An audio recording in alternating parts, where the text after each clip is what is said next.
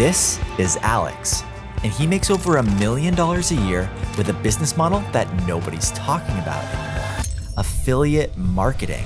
He invited us into his house in California to show us his exact websites and how he built them on just a few hours a day while working a full-time job. Yeah, the aha moment for me in terms of unlocking my side hustling and my ability to build a business was... But Alex's website made $0 for months until one day he uncovered something about the Google algorithm that changed everything. If you're building a business that relies on SEO, you want to go after... In this video, we'll dive into how to build a business while you have a full-time job, niches that make $100,000 a month, and the secret strategy that Alex used to grow to $1 million a year. The smart, kind of innovative moment for us was the idea of just directly. I'm Pat Walls, and this is Starter Story. Well, Alex, nice to meet you. thank you for having me in your lovely home. Yeah, Tell me about who you are and what you built. I'm Alex. I am the founder of finversusfin.com. It's a popular product review site that helps visitors on the web compare different health and wellness options. It's now a 7-figure revenue business. Started the business as a side hustle in 2018 and never looked back. Yeah. What is the actual business model? How does it work? We drive shoppers to brands. I make partnerships with those brands. And every time somebody buys something referred from our site on one of those partner sites, we make a commission of some kind. Yeah, so you're essentially a middleman between shoppers and these brands. That's right, yep, totally. So you started Fin versus Fin while you had a full-time job. Can you tell me that story? Both of my parents were entrepreneurs. I kind of knew from day one that was always my dream. My idea right out of college was, hey, why don't I go work with some early stage founders and eventually have an idea and meet enough people and build enough skills to be successful as an entrepreneur. But what I found in my life as a marketer at early stage companies is that it's not a 9-to-5. It's really that you're sort of having a founder mentality in order to be successful. A big aha moment for me was this idea that, hey, I need a true 9-to-5. I need to be able to close my work laptop at 5 so that I can side hustle and find a path for my own entrepreneurship. Really the key to that was working at a larger company. Now you got this more chill work-life balance. Tell me how you get the idea for Fin versus Fin, and what does the journey look like from there? I was working at a fintech company at the time. The first iteration of a product review, product comparison site was just that stupid, like fintech, Fin versus Fin. And so we were going to compare fintech companies.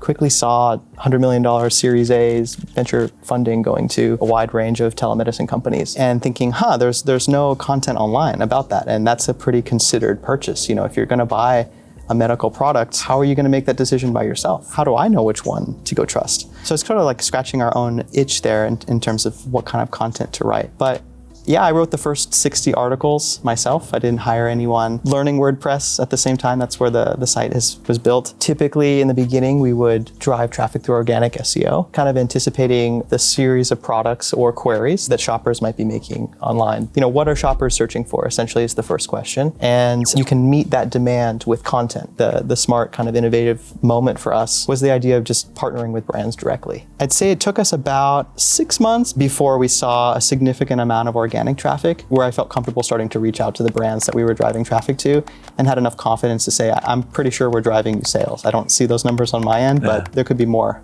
if we work together. It's a pretty compelling pitch, and they name their price in terms of the customers that you're willing to drive. So at this point, the numbers, the revenue is starting to seem shockingly good, unbelievable. Yeah, when you first have that aha moment, like this could be a business, and imagine what could happen when you step on the gas. Yeah, you're starting to make some money. You're starting to balance. Do I still work my full-time job? Do I not? What does that look like? What does that journey look like for you? So at some point, maybe a full year in, I felt like my income was being replaced. It could be replaced. At the same time, I think there was a fear for me around, is this legitimate and will this last? Yeah. And how foolish if you quit your day job and it doesn't really last for very long, and then where are you, So I think at that point I just said, okay, 1 year, we'll see. And if the lights are still on in a year, then this is super fun, and I could see myself doing this full time. Yeah. How much were you making from Fin versus Fin at the time that you're working a full-time job? I guess I didn't feel comfortable making that switch until my income was replaced. So I was making $150K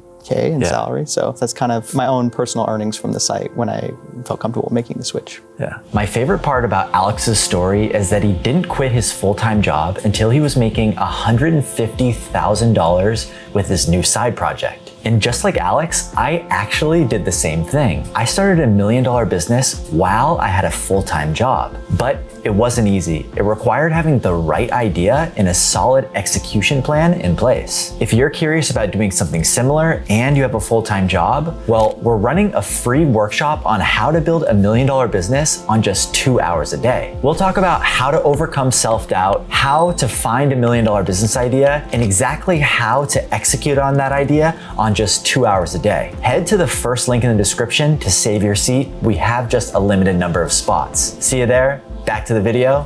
Peace. You guys really weren't making money for months. Can you tell me about the breakthrough moment where you started to realize that this could be a business? We identified the opportunity for health and wellness, and that was like a bullseye, right? We were amongst the first in the world to review some of these telehealth and telemedicine platforms, which are now public and household names and super common. So I feel like, in some sense, that is the secret sauce. Figuring out a niche that is not super crowded. You can't win in a crowded space when you're young and new, and your site isn't authoritative on any level. But you can win queries that nobody has ever written something for. So generally, if you're hunting for ideas that meet that criteria, I would say it has to be new.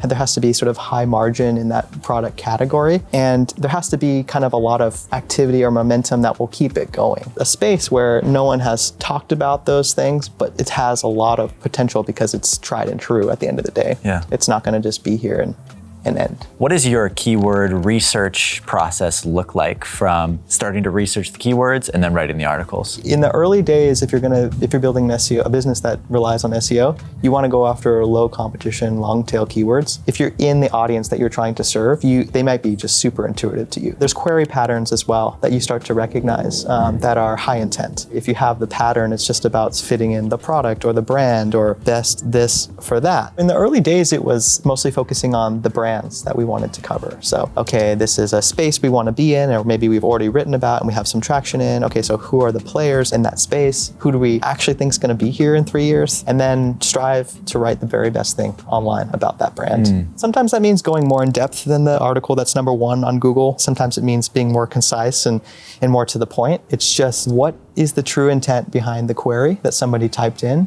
And how well does that piece of content that you're creating meet that intent? That's how you'll win. Be there first, write the first thing online about it, and write the best thing. So everything's going great. You're gaining traction. You're building this business. What happens next? I decided to go full-time at the business after about 2 years. My business partner, who I started the business with, didn't want to forego his career and sort of always wanted this to be a side hustle, which at the time I very much respected. It's where we started. It was our agreement. The solution to that really was me buying him out. Now on the second run, I think I'll have more confidence to do it myself, but I still very much value the contributions of a partner. But I think I also would be just more choosy and more long-term oriented when I think about the skills that we each bring to the table. Yeah. Tell me a little bit more about what you'd be looking for in a partner. You just want somebody who matches your intensity and shares your vision, and hopefully also has some skills that are not just pure overlap with yours. Yeah. If you were to meet someone, a potential partner, and you have some alignment on vision, the next step would be, hey, maybe we just see how we work together on some small projects, feel it out, and if it's right, then double down, and pretty soon you will either see traction or need to formalize, or both. Yeah. Fin versus Fin is not your only website you built. You decided to build actually a portfolio of affiliate marketing websites. When did you decide to do that, and what does that look like? So we have about 6 sites in the portfolio total, and they tend to focus on more niche or more narrow focus than just general health and wellness and all things telemedicine. The reason I did that is because you have economies of scale when it comes to your partnerships. If you have one partner, you can put them on 5 sites. And that was the idea there in terms of adding sites to the portfolio. Affiliate marketing might be one of the most competitive side hustles you can start, in terms of anyone can start it.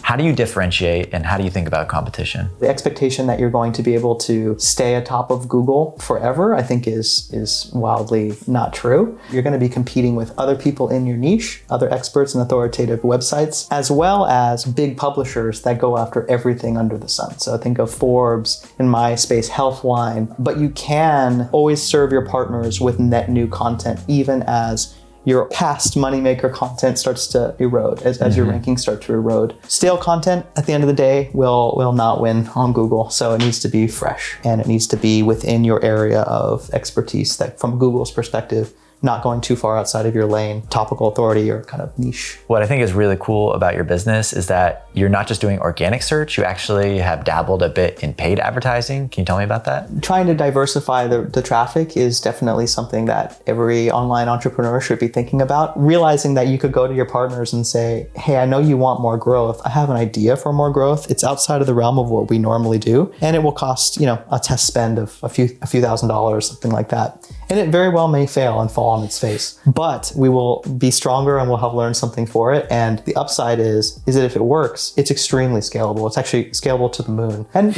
most brands would say, it's kind of interesting. Yeah, maybe not this month, but next month. And so I've since tested many different niches, different product categories with this strategy, and it definitely does not always pan out. But when you find it, it's a gold mine, and it's controllable in a way that SEO and other organic algorithms are not. Yeah.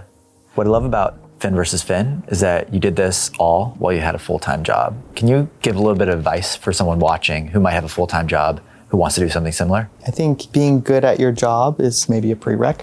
So if it's your very first job and you're learning everything from scratch, it might not be the right time to start a side hustle. But from those days, what I remember is feeling a sense of urgency around my side project, and sometimes having to manufacture that for myself, because it is a side project, meaning you don't have a boss and you don't have a deadline on it, and the money isn't flowing in as a motivator, or the traction isn't there necessarily to keep you motivated. So I do remember just feeling like, if I don't do this work today, my dream is being pushed out further, because no one else is going to do that work. Running an affiliate business, what does the team look like? And what were some the first hires you made, or some of the big hires you made for the business? The first thing that we outsourced was writing. After that was hiring a virtual assistant to sort of take on a lot of the publishing tasks. From there, one of the biggest decisions was hiring an editor, full-time, taking the editing off my plate. And then additionally, we've added a designer to the team and a web developer. That gives me enough space to just really focus on the partnerships, which is where I feel my interest is, as well as the ability to have the most leverage from a revenue perspective.